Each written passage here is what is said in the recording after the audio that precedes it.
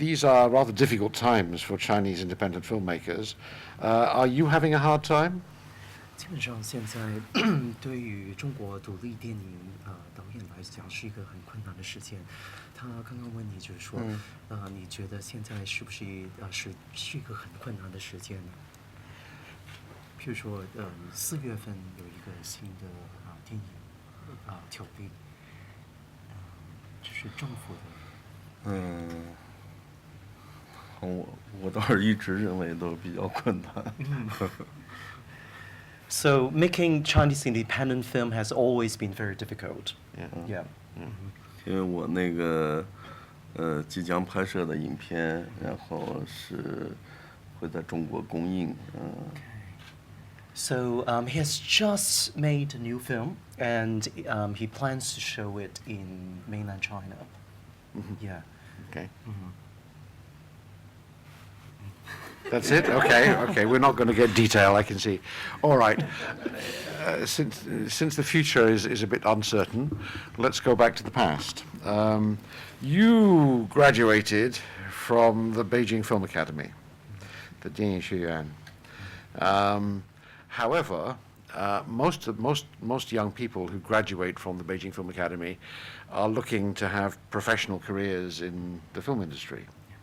And at the time you graduated, things were changing quite rapidly, so the film industry was not the same film industry that it had been, but still, I think most of your classmates, I'm sure, were aspiring to jobs making commercial features for cinema release. You are the exception. You were always an independent. And it seems to me that we look back over the last 17 years of Anqi filmmaking, you didn't ever make an attempt to do something for commercial release.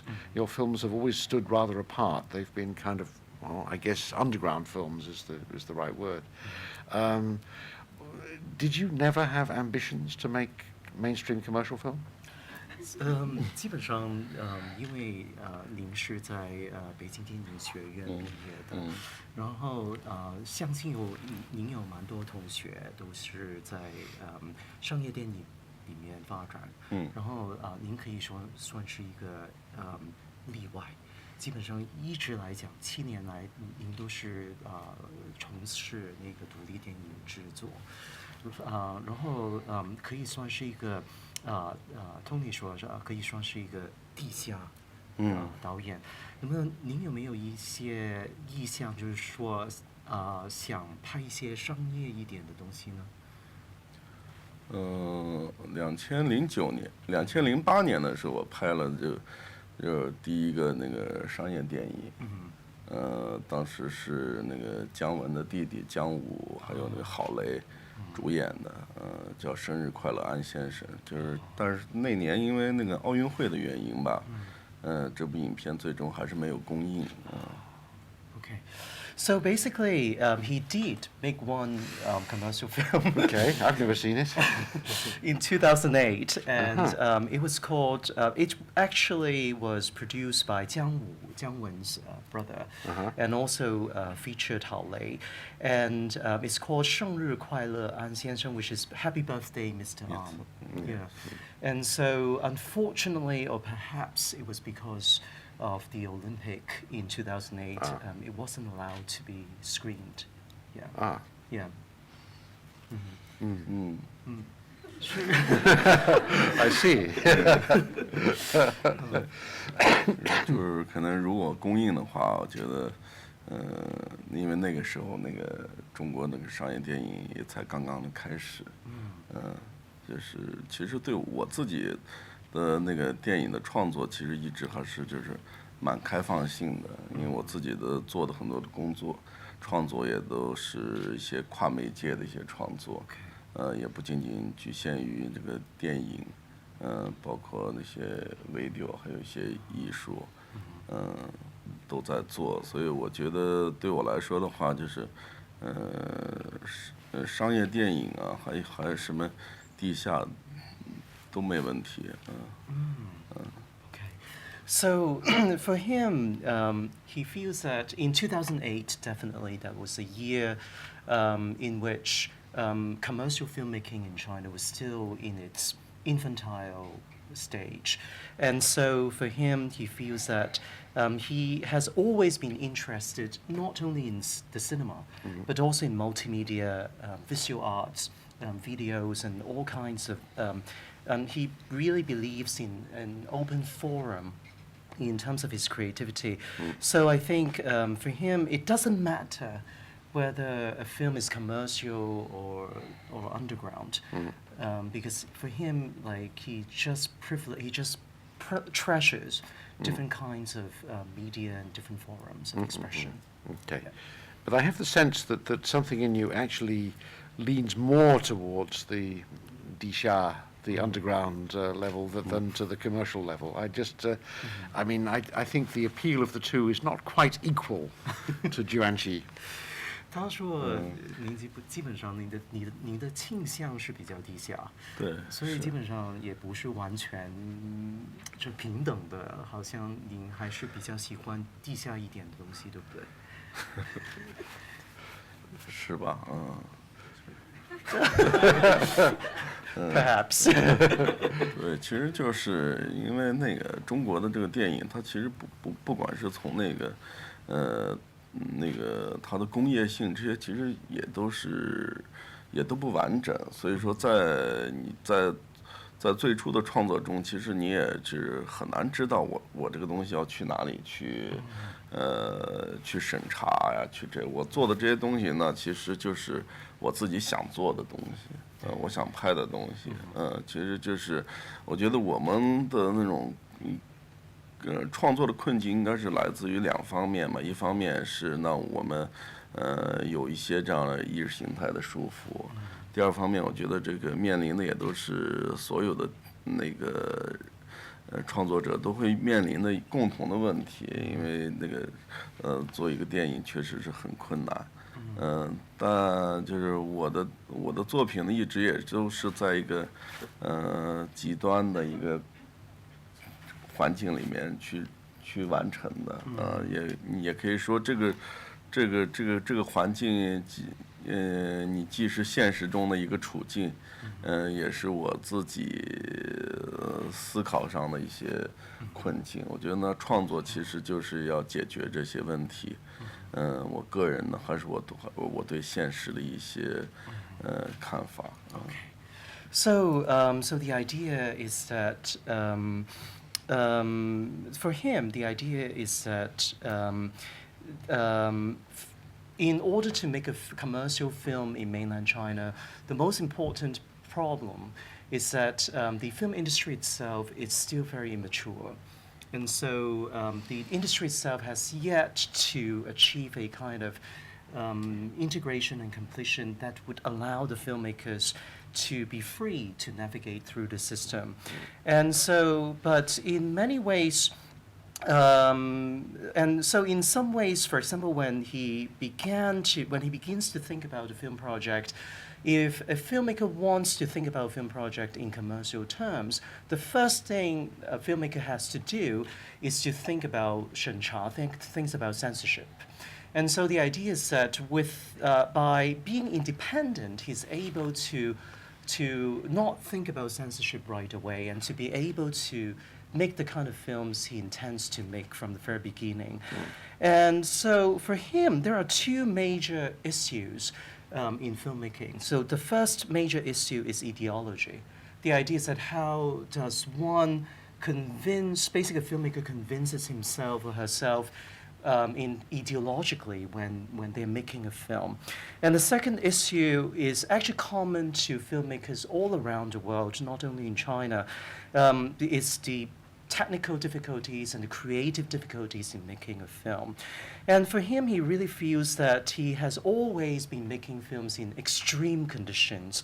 And so, and he always needs to think about obstacles and difficulties on both personal and also creative levels. Yeah. 我想我的创作可能一直并没有什么一个特别清晰的界限。就是如果有一天我去拍了大片，我想我可能还会回来去拍我自己的电影。So for him, he never thinks of himself as being a filmmaker with a clear division in terms of commercial film versus independent films. But for him, if one day he manages to make a commercially successful film, a big blockbuster, he will still come back to make his independent films. Okay. 像今天放映的这个，钻的人，他也是就是，16年那个瑞士当代艺术学院发起的一个全球的一个9个艺术家的计划，然后就是我和香港的另外一个艺术家入选了这个计划，然后这个片子，等于说也是这个项目之一。Okay. Yeah. So what you're going to see later on this evening, Drillman, was actually initiated by the Academy of Contemporary Arts in Switzerland, and it was originally part of a larger project. They had a call for projects in that academy, and so he joined that project and started that project that way. Okay. 那去年的那个春天的时候，我拍了那个。失踪的警察，这是一个关于中国的当代艺术的一个30年的这样一个电影，一个警察失踪的故事。然后去年的年底我也做了一个短片，和在巴塞罗那拍的，和阿尔莫多瓦的一个演员合作。So last spring he actually made a film called Policeman. Missing Policeman. Missing Policeman is the official English title. Yeah. And so it is basically about being an independent artist, the experience of being an independent artist in China, and basically it was being told through the story of a missing policeman. He also went to Barcelona towards the end of last year to make a film with an actor who used to work with Almodovar. 就是所以我想我的创作可能是在这，并没有一个，就是一定有一个什么样的框架的束缚，其实我做的这些东西当然都是我自己喜欢的东西。So for him, creativity, he doesn't really want to impose a framework, basically like a limitation, like on his own creativity. He really wants to make whatever ideas that came to his mind, and so basically, like that's how he initiated his projects. 就是你从一个独立电影来说的话，就是，那我其实在这里面我可以，有些制作会大一点，有些制作会小一点。我觉得最重要的是，我不能期待就是我下一个东西就会更好，只是你现在有什么条件你就去做就好了。对，如果今天我可以一个人去做电影，那我就一个人去做。So for him, the idea is that he doesn't really mind whether production is big or small. He can't really expect or anticipate what kind of productions will come up next. So for him, the idea is the most important thing is that he has an idea in his mind. He would go out to make the film, and he also can't guarantee that his next film is going to be better. The most important thing is that, hey, I have an idea, I'm going to make it, and so I'm going to focus on my current project and my single idea. Okay. One more thing. It's nearly time to look at a clip, I think, but one more thing first. You were born in Xinjiang, in the deep north-west of China, on the old Silk Road. You are, I think, Han Chinese, but the Han Chinese are the minority in Xinjiang, although I think the government policy is to stock the region with as many Han Chinese as possible to make it more Chinese, but it's full of ethnic minorities, notably the Uyghurs, who are Muslim predominantly. So it's China's only predominantly Muslim area, and it's explored in some color in Anqi's feature, Poet on a Business Trip. The business trip in the film is through Xinjiang, so you get to see quite a lot of his home province. However, I'm wondering how much influence it has on your life that you came from Xinjiang. Is this very meaningful to you? I mean, you live in Beijing now, and I think that I don't see much of Xinjiang in you, frankly. But maybe I'm wrong. I mean, tell me I'm wrong. 基本上因为你是在新疆出生的，然后因为其实刚才Tony 就是跟观众解释一下新疆的因为汉人在新疆是一个少数民族了，但是虽然越来越多汉人在新疆，然后基本上他也看到您在诗人出差那部片，当然就是在新疆发展的。那么，但是他希望就是问一问，就是说新疆对您本人的那个影响有多大？因为您现在是住在北京，然后他刚才开玩笑说，就是好像不是看得很多新疆的影子在您的身上。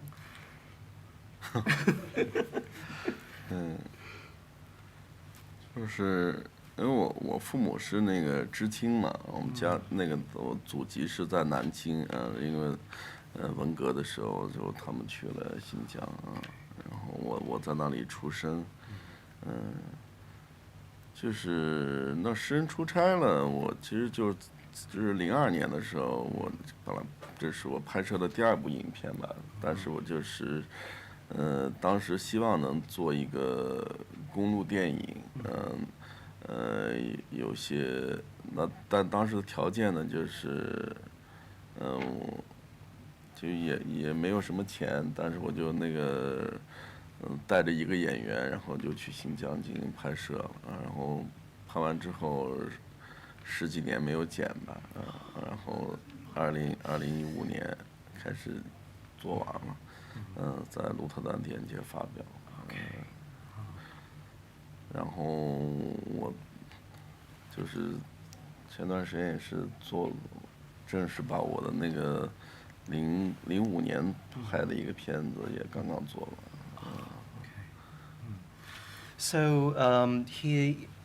Yes, he was actually born in Xinjiang.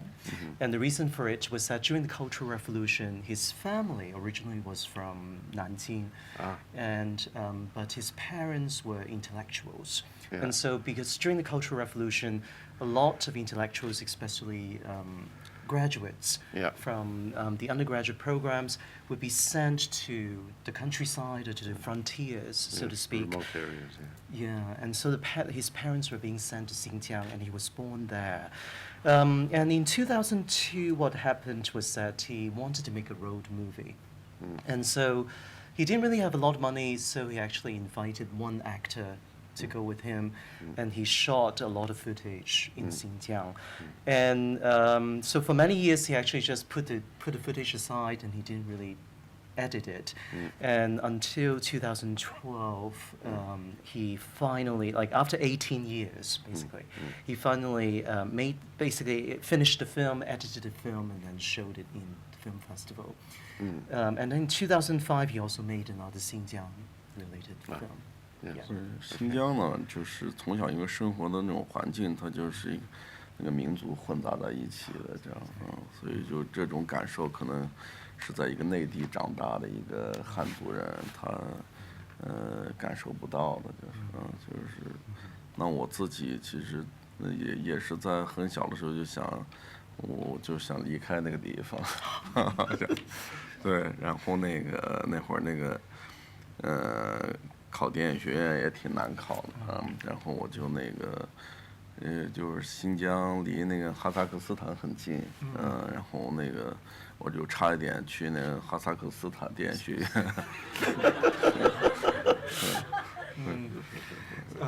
Okay, so the idea is that for him, growing up in Xinjiang, the most important thing is that Xinjiang is a very multicultural region. And so he believes that the feeling of growing up in Xinjiang, I mean, being in that kind of multicultural environment is not something that a Han Chinese who normally grow up in a Han Chinese region would understand. But when he grew up in Xinjiang, he actually didn't like the place. He actually wanted to leave. And so when he was trying to get into a film, basically a film school, he really tried his best to leave Xinjiang and go somewhere. And so, Kazakhstan.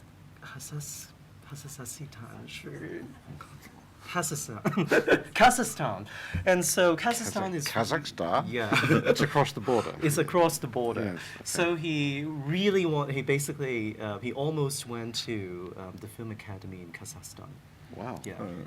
但是后来那个上了北京电影学院，然后其实就是那会儿，然后我就看了很多哈萨克斯坦的电影，就是发现哈萨克斯坦的那个实验电影应该是在全世界很重要的。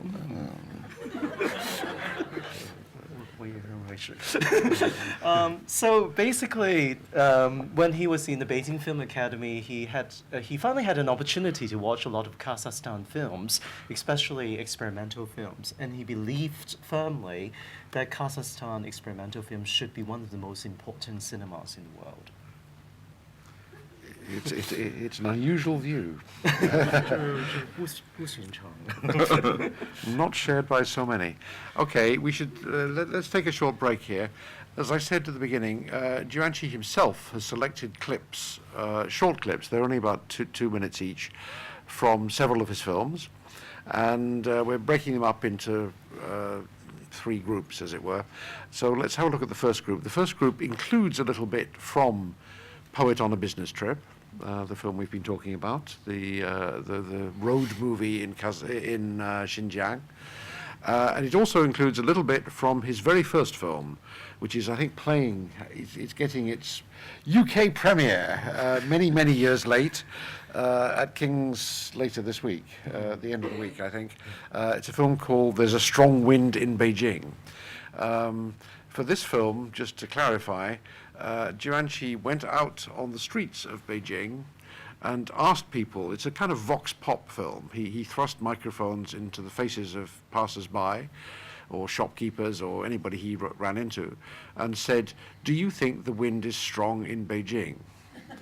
Now, this is, on the face of it, an absurdist question, and of course it is, and it produces some absurdist answers. However, I think anybody in the room who knows China at all knows that this question could very easily have some metaphorical significance. And that creates a certain uneasiness in some of the people who answer it, because they sense that they're being tested in maybe some ideological field or something like that. So anyway, the film is a very interesting compilation of what happened when Anqi did this. So let's see a little bit from Strong Wind in Beijing and a little bit from Poet on a Business Trip. Okay. 看电影。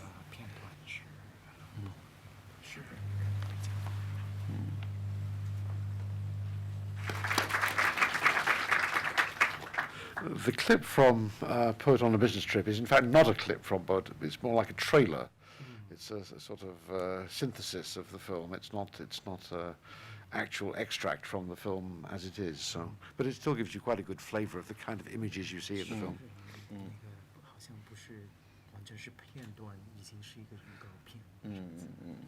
Yeah. Yes. Okay. Now, kind of funny. I think a lot of your work is sort of humorous. I get the feeling that you have a slightly, maybe slightly cruel, humorous streak. Do you feel it like that yourself? 他说，您的作品通常是有一种幽默感，而且不但是一个平常的幽默感，还是一种有点残酷的幽默感。你认为是不是呢？就我自己倒是，就是一直觉得我自己的片子里面，一直有一点跟那个其他的作者不太一样的地方，可能就是这样的一种幽默的东西。So yes, indeed, for him, he thinks that the major difference between him and many other filmmakers is his sense of humor. Yeah. More? Do you have anything more to say? No, that's it. 残酷吗？就是因为就是我想我的作品它里面它的意义是它有种可能比较丰富吧就是我觉得都有一个意象在这里就是风啊这是就是出差啊这些里面它其实就是在这里面都有一种我们也可以说是讽刺然后反正是在这里面它有很多的意思在里面Yeah. So when he's thinking about some of the themes he represents in these films, he always wants to make these films more meaningful, to enrich the semantics of these films. So for example, when we think about ideas such as wind or the business, like poets on business, someone being on business, these are all imageries that we can read easily into them and begin to draw, as you suggested, like metaphors or deep structural meanings from them. And they are also really good devices to associate with irony. Yeah. Not much irony in official Chinese art these days. Maybe in painting, but not so much in cinema. 他认为就是说，最近中国独立电影就是讽刺性好像不是太大，但是好像在画就是绘画或者是这个fine art 就是美术上面比较多。您觉得呢？就是说讽刺呢就是我觉得这独立电影呢我觉得在就这些年吧我觉得能看到特别有趣的那种角度的就我觉得比较少那我觉得在那中国的当代艺术呢它其实在这里面有更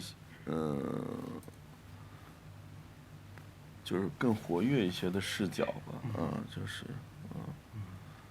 Yeah. So in many ways, he does agree. In some ways, like in recent years, he finds that Chinese independent films don't necessarily offer a lot of interesting perspectives on socio-political problems. But as you suggested, in contemporary art, we actually tend to see a lot more interesting perspectives and also a kind of active form of criticism. 那我自己其实在这两个领域里面我都在创作那我一方面我觉得就是在就是独立电影这边它缺少了一些活力的东西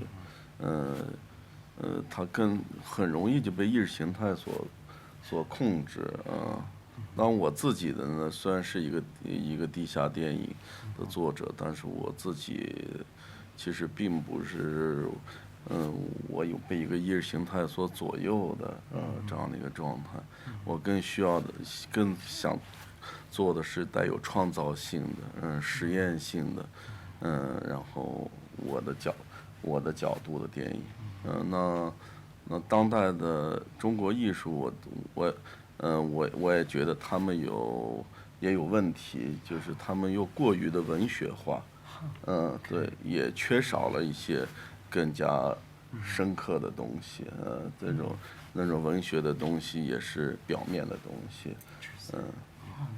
So basically, for him, he finds that in recent years, contemporary Chinese independent films lack energy. And so he finds that a lot of Chinese independent films, Chinese cinema in general, but even Chinese independent films, often being framed or limited by ideology. And so for him, being an independent director and also being an underground director, it's very important to be free of ideological constraints and be able to focus on his own creativity and his own perspective. And for him, yes, I mean, contemporary art also in China also has its own problems. And for him, a lot of contemporary art pieces this day and age are too literary. And so, and not only being literary, but also being very superficially literary. And so he finds that contemporary artists should actually focus a lot more on deep structural problems rather than on the superficiality of the literariness. Yeah. Okay, let me ask you one more. We have more clips coming up, but let's ask you to just clarify something you said before. Poet on a Business Trip was actually shot quite soon after Strong Wind in Beijing.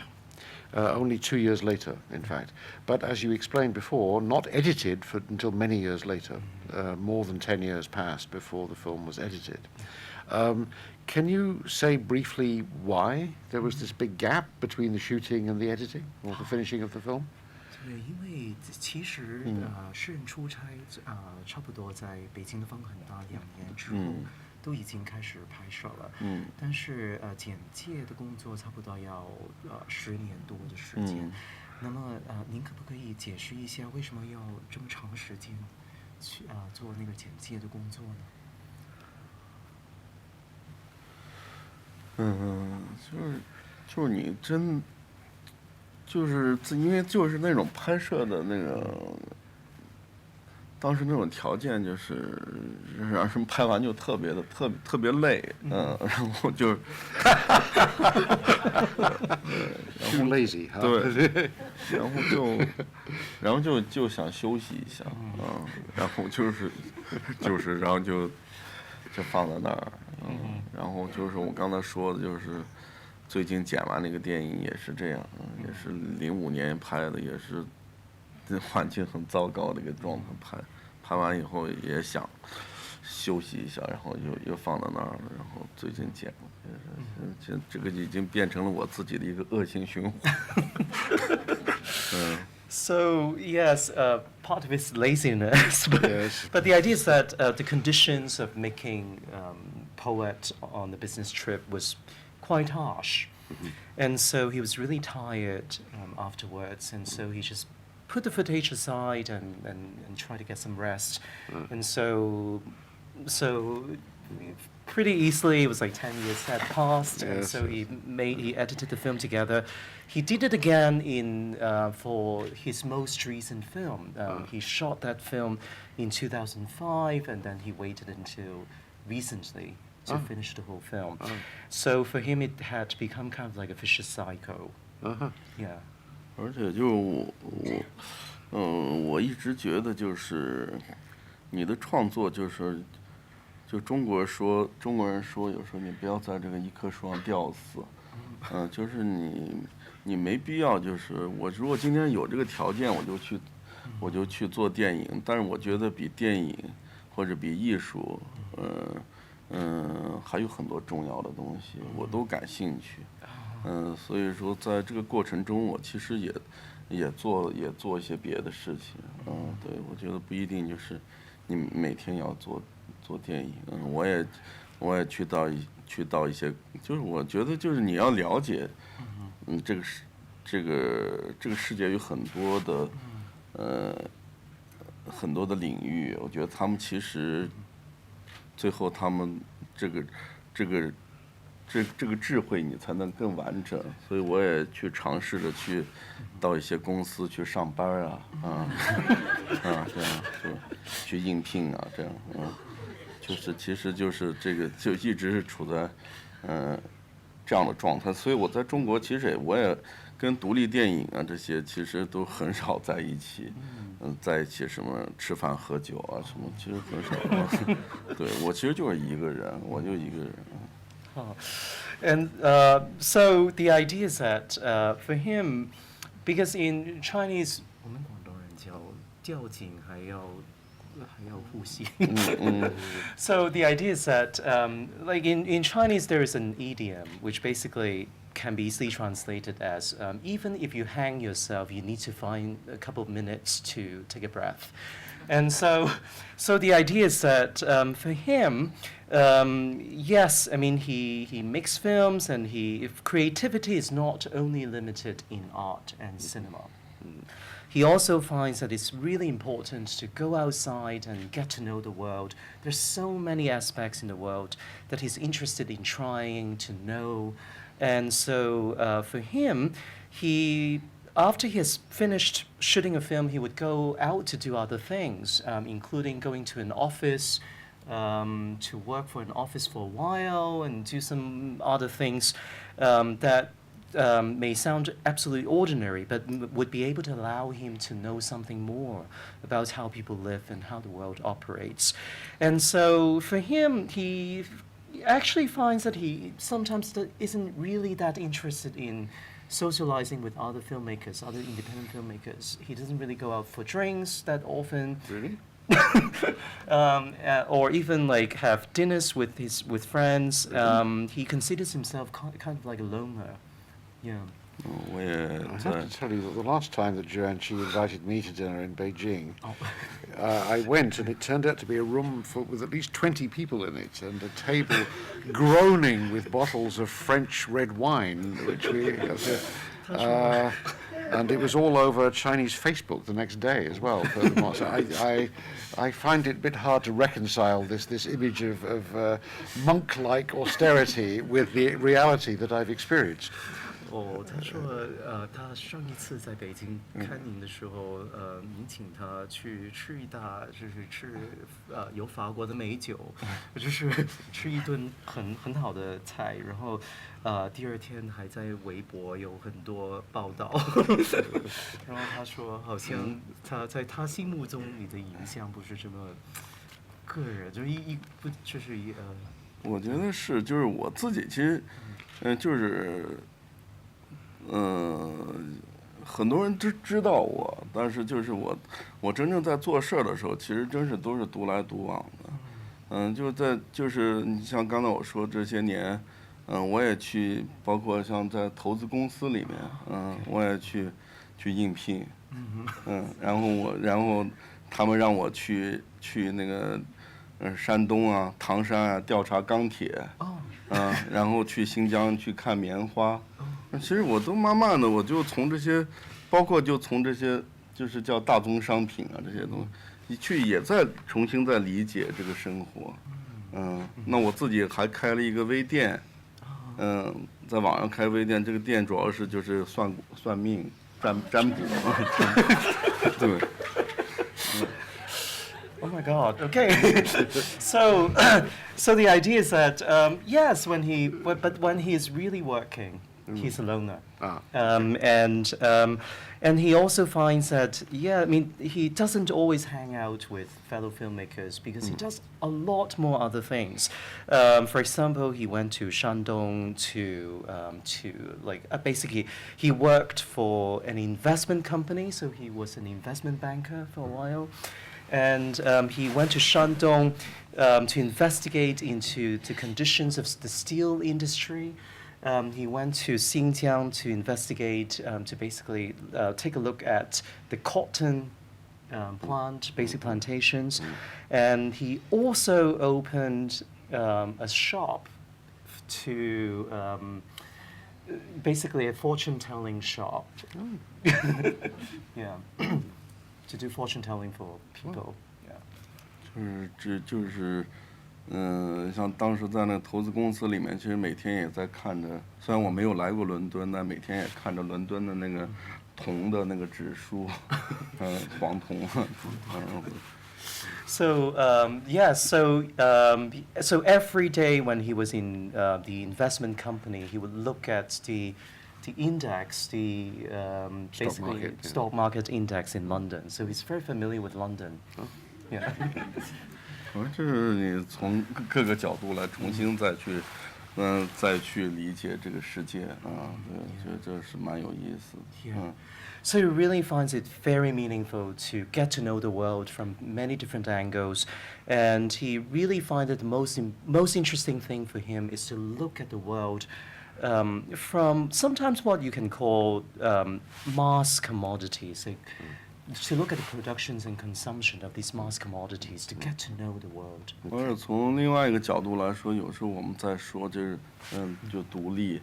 我觉得呢，我就是我自己所做的这些事情，就是我确实要真正的独立，就是这个我这些，我完全可以自己养活自己，就是我在一个投资公司里上班之后，然后后来我就发现，不管是我到了世界任何一个地方，我只要有一台电脑，我都可以生存。我有了这些技术，就是我会占卜，我也可以生存。这就是我的独立，就是我自己控制我自己的电影，我自己掌握我自己的电影。就像这个新的这一个商业电影来说的话，我自己也要我自己来做制片，我自己来决定这个电影的命运。So for him, the most important thing is to ask, if we ask the question, what is independent? I think for him, the most important thing is that, yes, being independent is to be able to feed himself, to make a living. And when he worked for the investment company, he really realized that one of the most important things by which he can earn a living is to have a computer, to have the basic technology by which he can actually make a living. And it's an inspiration for him because by having a computer and by having the means to support himself, he can take control of his decisions. And so making an independent film is to take control of his own creative decisions. And so this is really, for him, he can do it not only as a director, but also as a producer. So he insists upon being his own producer whenever he makes his own films. Okay. Clips. We're running a bit late, in fact, so we better look at the other clips.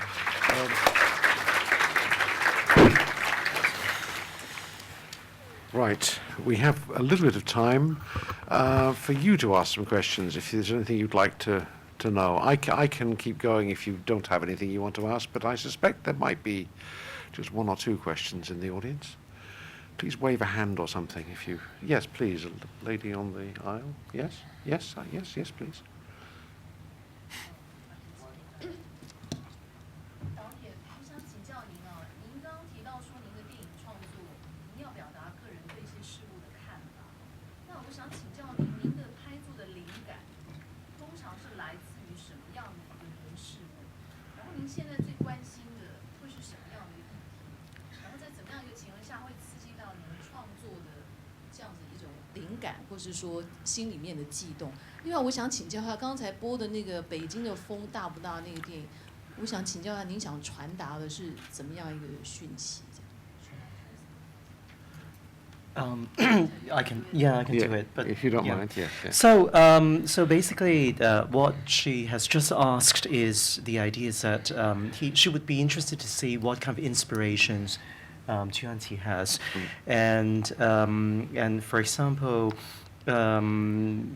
like what kind of stimulations does he get from the day-to-day experiences? For example, in the winter in Beijing is very strong. The idea is that what kind of deeper structural meanings he would like to convey. 你说这个解释起来，这些灵感呀，我觉得，其实跟所有的创作都一样吧。就是这个，其实我自己还很难说出来那个什么。So it's just like many, in creativity, it's actually really difficult to nail down what kind of inspiration. 我自己呢是一个确实很不善于表达的一个人，所以你让我讲这些，其实还蛮难表达出来的，对。So he's very humble. He basically says that he's not a very expressive person, and so if he's being asked what kind of inspirations he has, it might be a little bit difficult for him. 我自己就是，我一直觉得就是这个一个电影放完之后啊，就是我最怕的就是那个影后交流啊。So he's really usually very afraid of post screenings Q&As. 就是这个影片就是我想表达的东西，就是已经是最完美的表达了我想说的东西，然后应该放完以后就应该离开电影院，然后忘掉它，或者是有时间的时候再想一想啊。So for him, his film is the most perfect expression, and so of his ideas, and so his ideal is that after we've seen the film, we should just leave the cinema, forget about the film, or to bring the film home and think about the film when we get home. Yes. Okay, good idea. You can even have a drink actually tonight. This is even better. I think there's a hand over here, please. Microphone is with you. Thanks. When do you think was the best decade for filmmaking in China? The best decade, did Best you decade, say? best Best era, decade, yes. best era.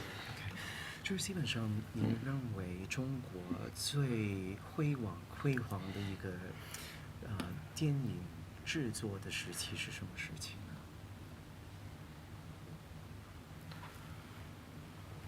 哎呦，这个我还没想过这个。Never thought about it. He hasn't thought about it. So what's the most important decade? 最重要的一个10年。30年的。那确实是在30-40年代中国的电影。对的。那有一天，然后我在那个地铁里面看到一张报纸，上面写的是那个中国原来那个独立导演很有名的叫张元，是上面写的是张元最喜欢的10部电影，然后他让我看到有2个那个中国的导演，一个是叫费穆，1948年拍摄了《小城之春》，另外一个是我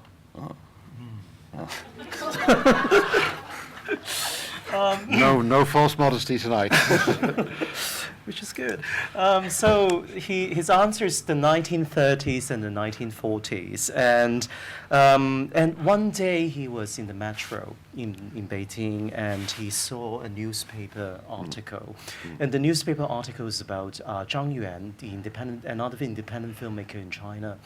So Zhang Yuan actually talked about his 10 favorite films in the world.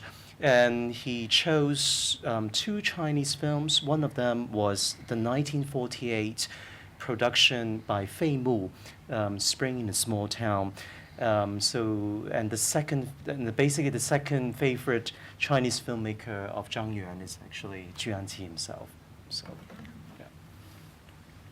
Yes. Good man. Okay. Any quick? There's a hand waving at the back there. 导演您好，我想问一下，对您来说，您觉得那个纪录片跟虚构这2种不同的形式，对您来说是同一种媒介吗？您是怎么用这2种形式来，就是您觉得它对您来说不同的地方在哪里？谢谢。So I think the question is basically, do you think that fiction film and documentary are 2 different media, or are they the same medium?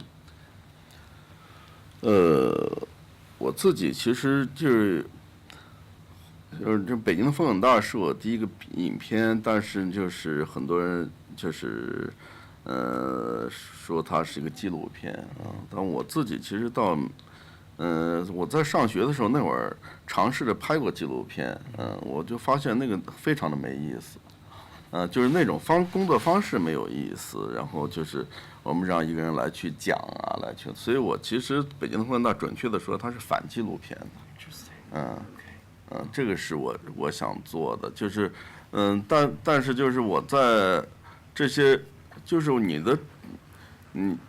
你对这两种影片方式理解，其实我自己就是想做一个有创造性的影片，其实真的没有把它这个分得太清楚，就是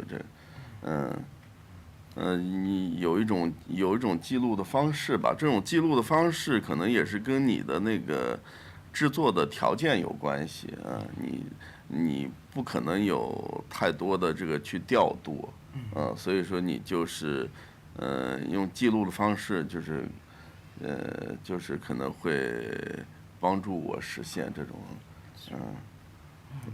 完成。So basically, a lot of people think that the wind of Beijing is very strong. It's a documentary, but in fact, when he was studying at the Beijing Film Academy, he hated documentaries. He actually found it really meaningless to see people getting interviewed and just talk about issues in front of the camera.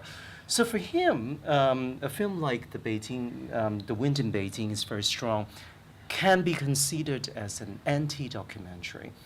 And so, but he believes that because of a number of conditions under which he needs to make his own independent films, a lot of times he ended up using kind of documentary style in some of his fiction films. And part of the reason was that because with his limited resources, it's a little bit difficult to basically design his mise en scène in a very detailed manner. So sometimes using documentary style would allow him to give him a better sense of creativity, a wider spectrum of creative devices to work with. So the most important thing is creativity for him. 然后另外我就自己的这种工作方法呢，就是我自己是习惯于有一个这样的一个故事的一个框架，或者是这个你的这个主题的一个框架。我觉得就是我们有时候在说就是